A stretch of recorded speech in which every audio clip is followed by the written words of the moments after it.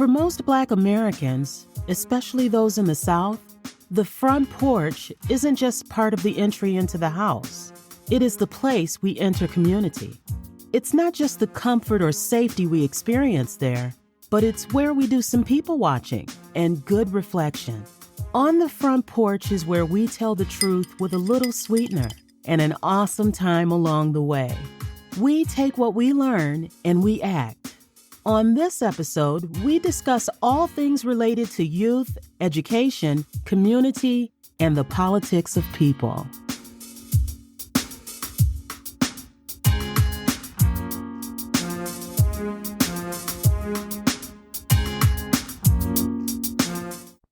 Hey, welcome back to On the Front Porch with KaCey. So I know last week was a little short, but even in my prep time, I could not get my mind off of homecoming. Y'all, we had a blast. Do you hear me?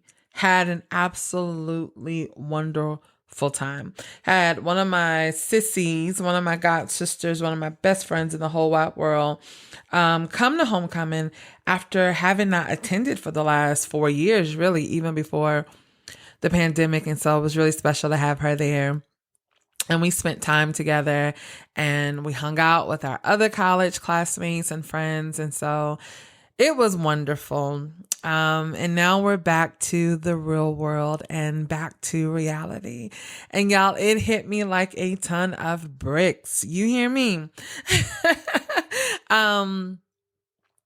Today I accompanied a young man to a court date.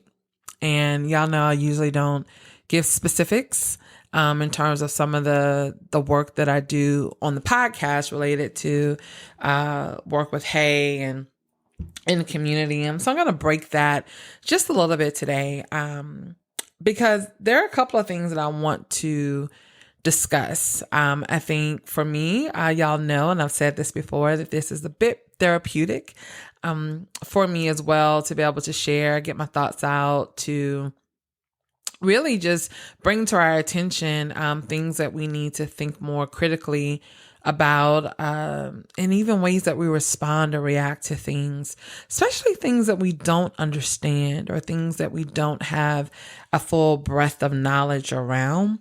We're so quick to make assumptions, to draw conclusions, to make our voices heard in areas that really it was unnecessary. And I'm not sure really where to start because there's so much swirling in my head. In terms of this thought process for this conversation today, it really stems from a couple of weeks ago.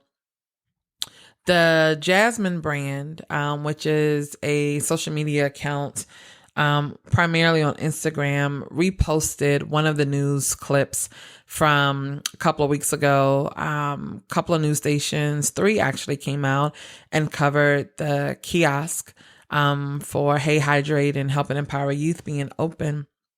And folks had a lot of things to say.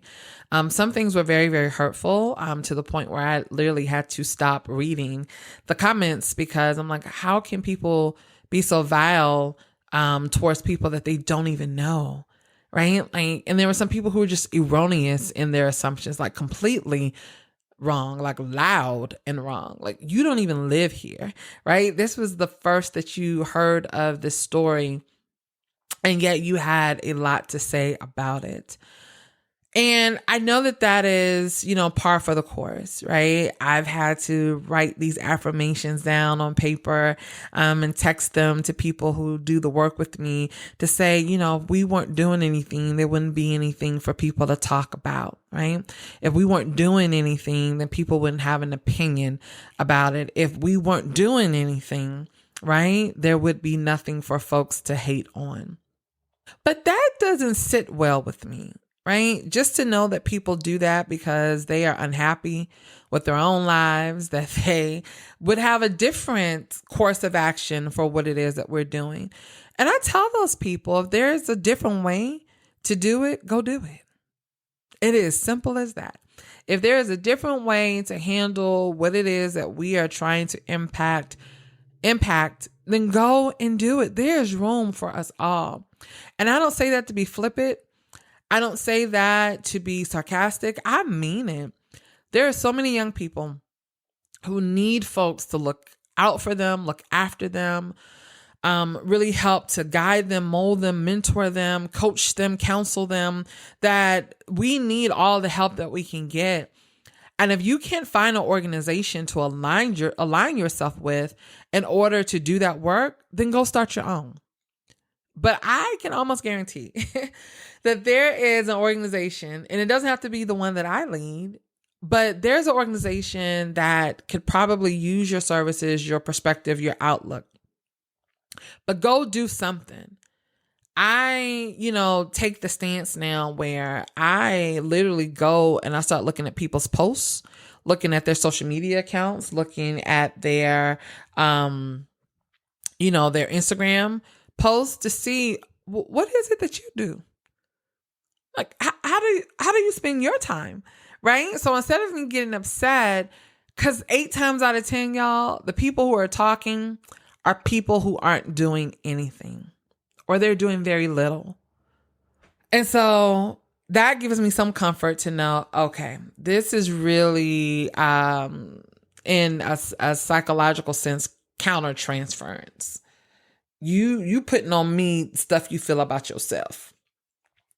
Don't give it to me. Listen, I got enough of my own stuff to handle. I don't have any room to receive whatever negativity that you think towards yourself subconsciously. Don't push that on me. Right? Don't push that on me. You deal with that. You own it. And here's the reality, right? People don't want folks to help young Black youth, particularly young Black male youth. Like, I know there's going to be folks like, there's impossible. Y'all, there are some folks out there who would really be okay if all of them just was given over to the streets, right? Literally and figuratively. And I just refuse to do that. I do absolutely refuse to do that. Here's an example too of folks being loud and wrong. Another one, actually. Last week, City of Atlanta reposted something on their page, and I made the mistake of reading a comment, and it said something like, please tell me that there are actually young people working there.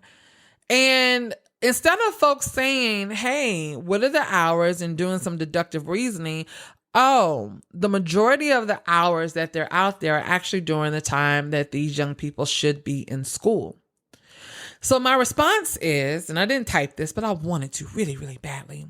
But my response is, would you prefer that we go and pull them out of school to appease the narrative that you have concocted in your head? Or would you rather have a conversation about why we hold space for them at this kiosk, knowing that they're in school? And then there are other factors in place. Like, the city has a requirement that we operate a certain number of days and for a certain number of hours. And in order to get the best foot traffic on the best days, it does conflict with when the majority of our young people are in school, in class, like actively. And so when they're not in class, they are there. For those who have graduated and who aren't looking for permanent full-time positions, or who aren't in school full-time, whether it's technical school, trade schools, they are there as well. But it would be nice if folks just asked a question for clarity versus making an assumption over one post, over one Facebook status, over one comment made. But again, it doesn't fit their narrative of wanting to see something being torn apart and torn down because it's not being done in the way that they would deem appropriate. And I can't reiterate enough.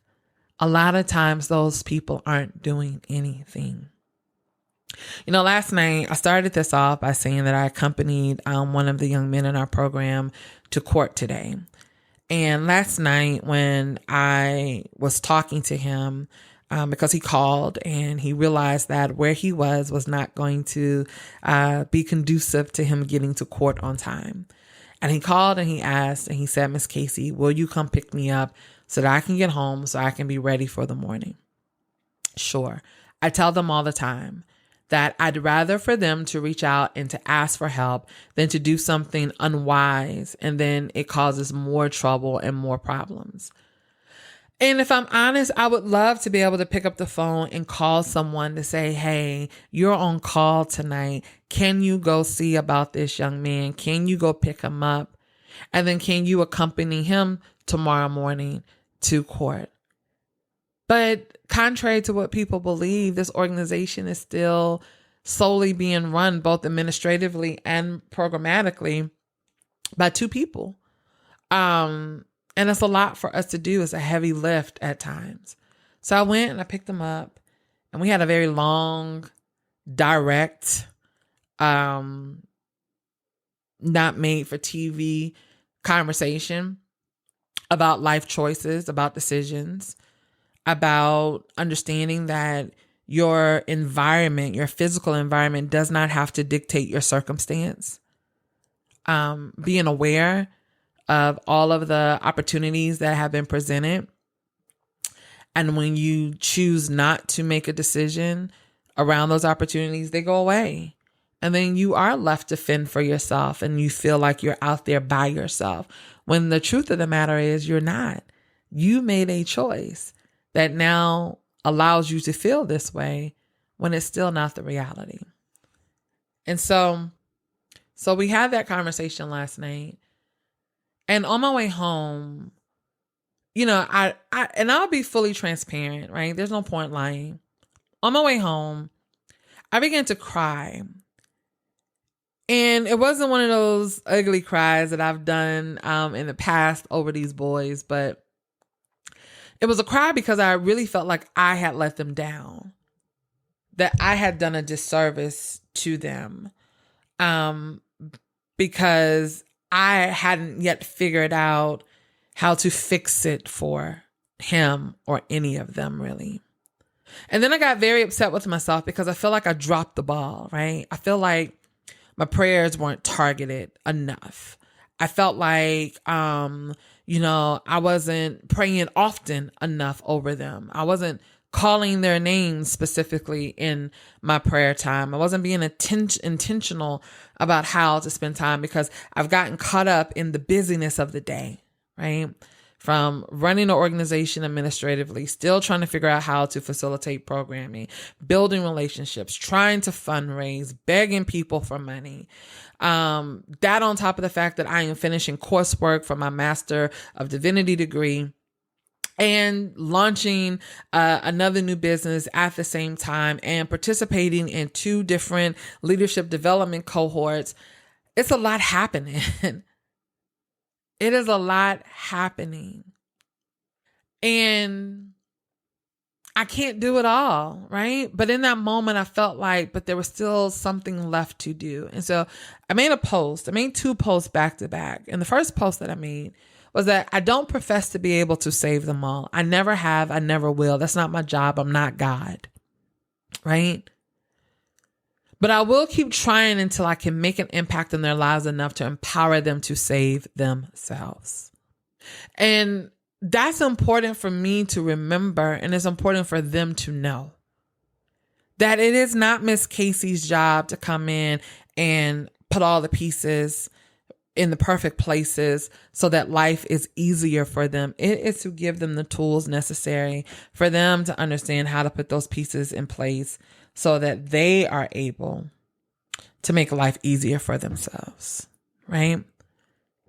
And then the second post I made is what kind of got us on this topic for today. It's times like these that I will remember the next time a naysayer has something to share.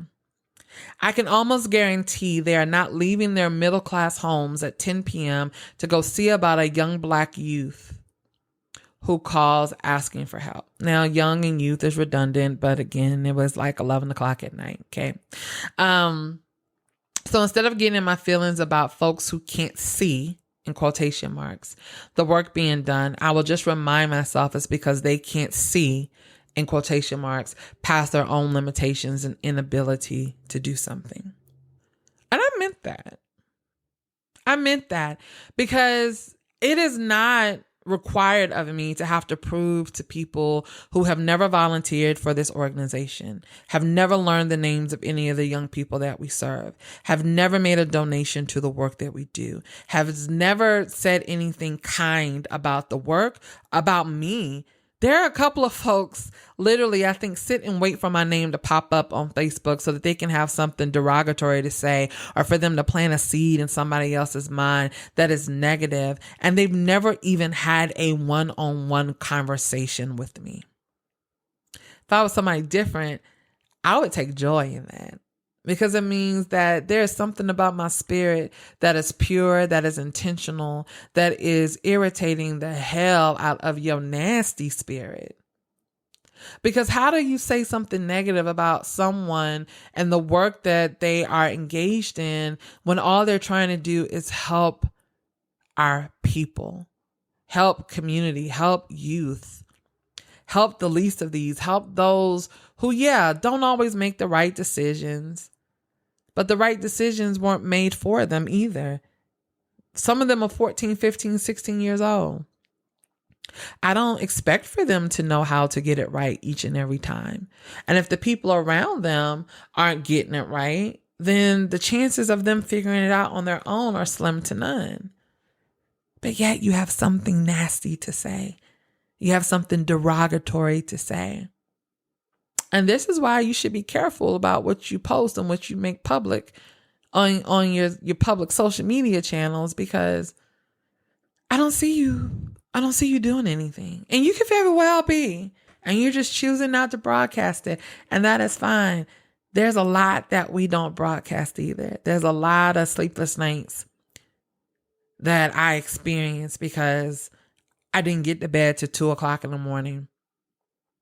Or I have to be up at 5 in the morning to go and handle something for a young person. Or the times that I have to drop everything that I'm doing to go assist a caregiver or a parent with something related to school or work or law enforcement or juvenile justice system.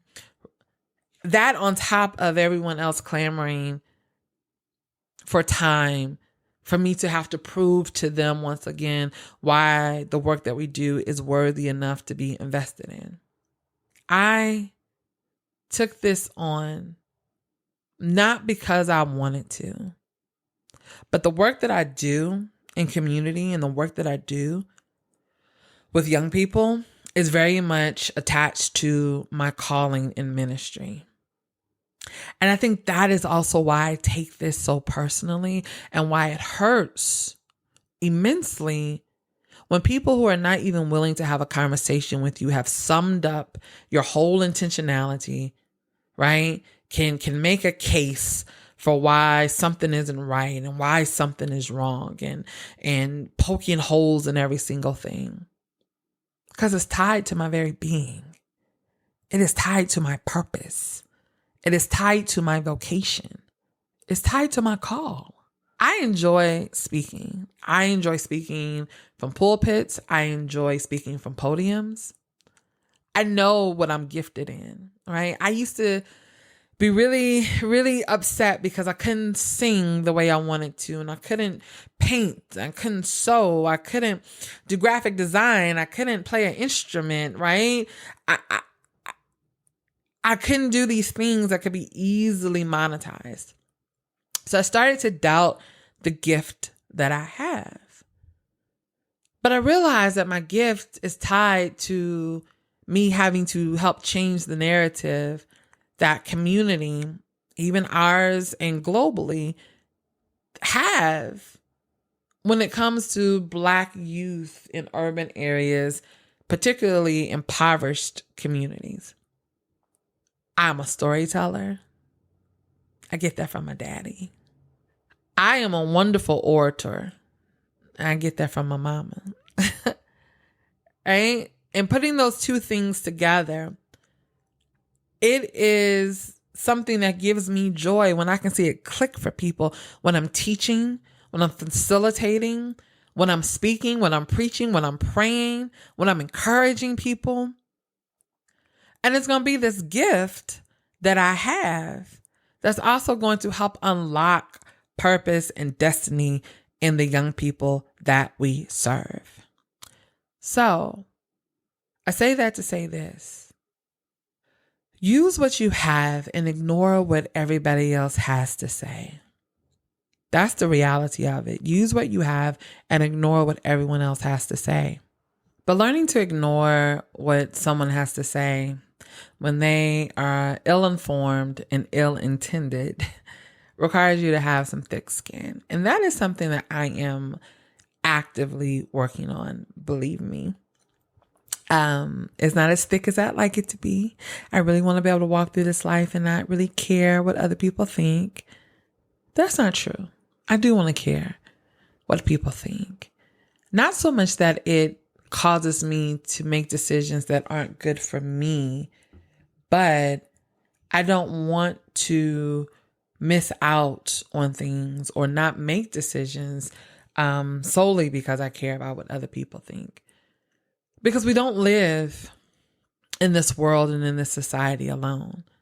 And I think that's why it bothers me at times, and I'm learning how to let it go, but it does bother me when just nasty people and, ill-informed and willfully ignorant people have something crazy to say, because I do want to show up giving the best of who I am to my community.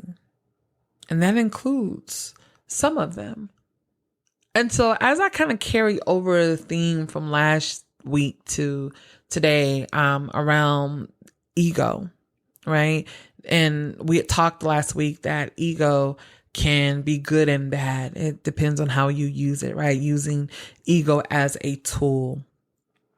There are times where your ego needs to be puffed up enough that what naysayers have to say does not bother you at all. Right? You gotta be able to build that thick skin. I saw someone say today, and I honestly cannot remember who it was. I think it was on Jasmine Womack's post, and I can't remember if it was her or if it was someone else who made the comment, but it was definitely a post that Jasmine Womack created, and it said that Deion Sanders was their confidence coach, and he didn't even know it. And I don't know how much of Deion Sanders or Coach Prime's outward public persona is something he turns on and turns off, or if it's something that's become so embedded in him that it then plays out in every other area of his life in terms of knowing who he is, what he has to offer, what he can accomplish, and how he can help others get there. That is something I too aspire to do. But there's this one particular poem that I learned when I was a young girl. And this is why I love having a daddy born in 1926 and a mama born in 1945, because I knew of poets and writers and authors and essayists long before my friends knew of who these people were.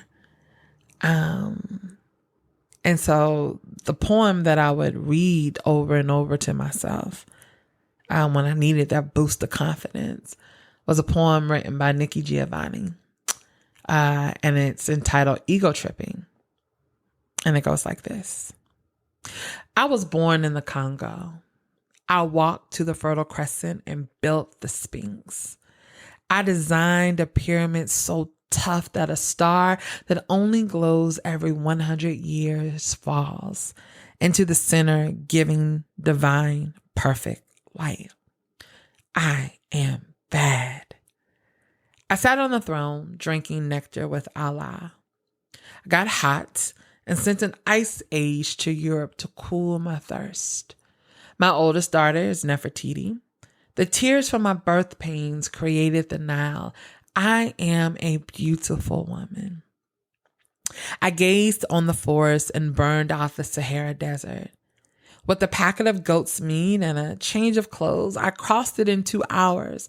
I am a gazelle so swift you can't catch me. And for my birthday present when he was 3, I gave my son Hannibal an elephant. He gave me Rome for Mother's Day. My strength flows ever on. My son Noah built New Ark, and I stood proudly at the helm. As we sailed on a soft summer day, I turned myself into myself and was Jesus. Men atone my loving name. All praises, all praises. I am the one who would save. I sowed diamonds in my backyard. My bowels deliver uranium. The filings from my fingernails are semi-precious jewels. On a trip north, I caught a cold and blew. My nose giving oil to the Arab world. I am so hip, even my errors are correct. I sailed west to reach east and had to round off the earth as I went. The hair from my head thinned and gold was laid across 3 continents. I am so perfect, so divine, so ethereal, so surreal. I cannot be comprehended except by my permission. I mean, I can fly like a bird in the sky. And that is Nikki Giovanni. And that poem has stayed with me almost 30 years. And it reminds me who I am, whose I am, why I am. Right?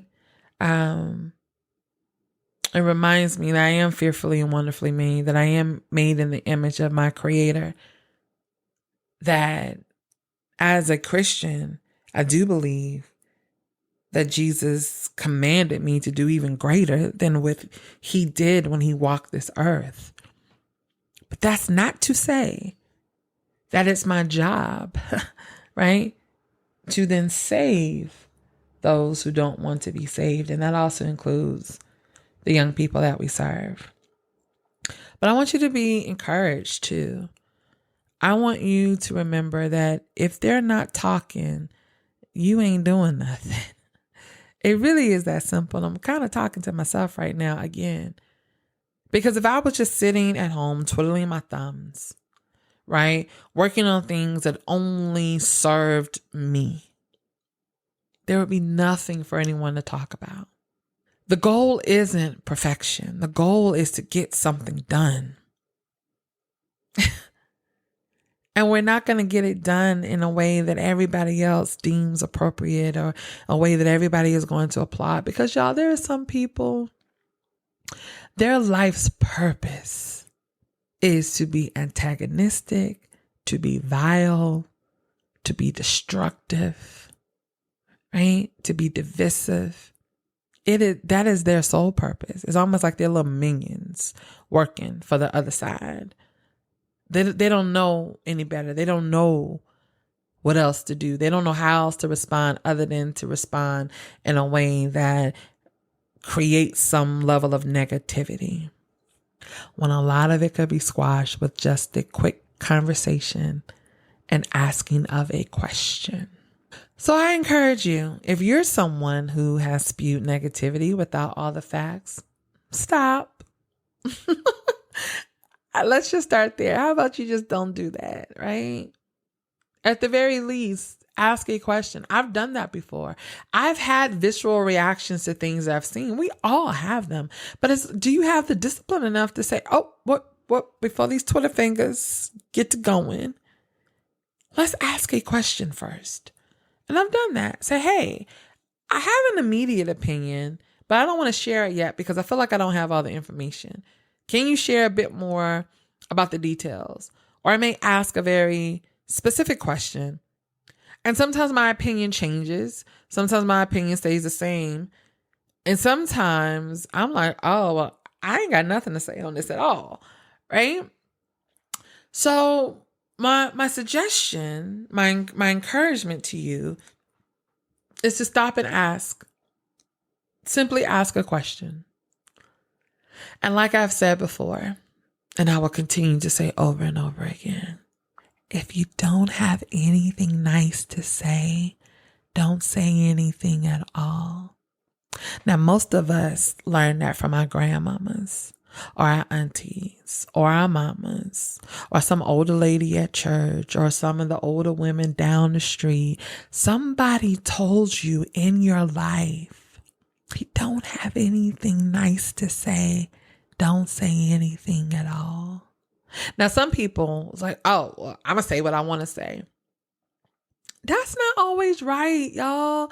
Like, I mean, even as we like think about the piece around ego again, what is it that you are lacking in yourself that makes you feel like everything you think has to come out of your mouth? Like, what kind of validity are you looking for from other people that makes you have to make yourself look like a... I'm just saying, everything doesn't have to be said, right? I mean, do like me. Half the time it's shown on my face, but I can make an excuse about why my face looks the way that it does. But once I say something, I can't take it back. You know, there's an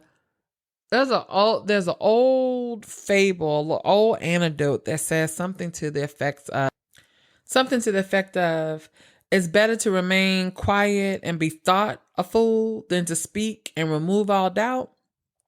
Some people need to put that like all over their house.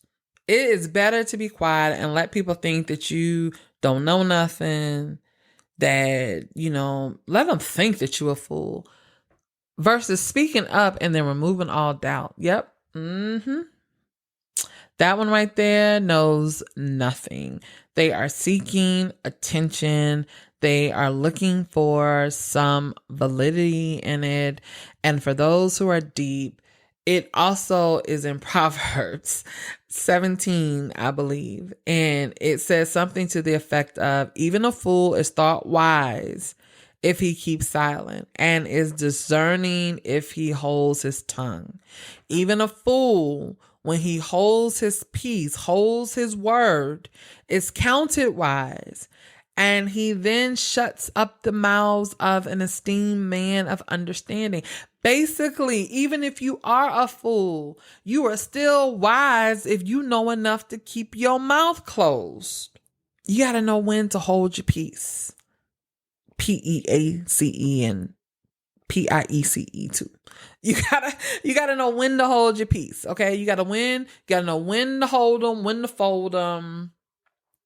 You gotta know when to open your mouth, when to keep it closed. You gotta know when it's appropriate for you to say something and when you need to keep your mouth shut. And I think if we all learn that lesson a little bit more, we probably would have a bit more joy in this world. But also we could probably collaborate more, work together more, really see the impact that we want to have effectuated in our communities if we could work together. But a lot of times we can't work together because people be opening their mouths and saying something real stupid. And y'all, I try not to use that word. But the older I get, the more I'm like my mama. Some things just are stupid. It just is. Like, I mean, I try to use words like, that wasn't very wise, or there could have been a smarter way to handle that, or, you know, let's think through that a little bit more. Like, right? Let's apply a bit more of our intelligence to that. Because I really try to get away from using that word, but sometimes the things that people say, they're just that. Because it's not rooted in a knowing. It's not rooted in a lack of knowledge. It's not rooted in a different experience. Sometimes it's just rooted in being mean. And that's stupid. That's stupid to me. Especially when we find ourselves doing this to folks that we don't know, and folks who may have differing of opinions. Reasonable minds can disagree. But a lot of times we don't believe that because our ego has to be stroked enough to be right. That we have to be the one That's right. We have to be the one that has the most influence. We have to be the ones in control. We have to be the ones to ensure that the crowd is following us. And so no, reasonable minds can't disagree, right? We can't agree to disagree. We can't call a draw. We can't call a truce. We can't call this a break even, because then I don't stand superior to you. And if you need that to feed your ego, to build your confidence, to make you feel like you've accomplished something, you've accomplished very little. And then people are not going to take you seriously, because all they can see through is this shallow, thinly veiled appearance of confidence. And as soon as someone does something to shake it, your whole world crumbles, your whole world falls apart, because it was built on something faulty to begin with. And it was built on you having to be nasty to someone else in order for you to feel good. And if that's the only way that you can feel good, the truth of the matter is you don't like yourself to begin with. People who like themselves don't go out of their way to make other people unhappy. People who are comfortable and confident in who they are don't go around trying to dismantle somebody else's peace. People who love themselves do not walk out of their houses or open up their social media apps and find ways to make someone else sad or depressed or angry or confused or conflicted or frustrated or have their peace disturbed. People who love themselves want other people to learn to love themselves too. So this has helped me, y'all, because next time them folks decide they got something to say, they don't know me, don't know my people, don't know what we do, have yet to have a conversation, have yet to volunteer, have yet to donate, have yet to ask about me in these streets.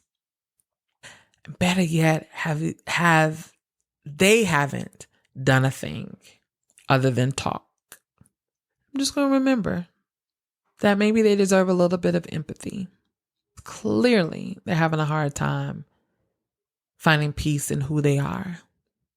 And we lie to ourselves a lot. We lie to ourselves to tell us that we like who we are. We lie to ourselves and say that we're quite comfortable and confident in who we are.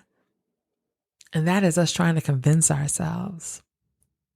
Because people who are happy with who they are confident in who they are and what they bring to the table, don't go around hoping and praying and wishing and then facilitating destruction in other people's lives. Happy people just don't do that. Happy people don't do that. If anything, happy people gonna vex your spirit because you ain't happy and you trying to figure out why they so happy and they too happy and why they got so much peace and ain't that much peace in the world and why they gotta go around smiling all the time and being optimistic. Like, they are vexing your spirit because you are the total opposite of all those things. But it's okay. Now that you know, you do better. We do better. All right, y'all. So, same time, same place next week. Share this, y'all. Share it. Drop some subjects, some topics that you'd like to hear. And I can't wait to talk to you again on the next episode of On the Front Porch with KaCey.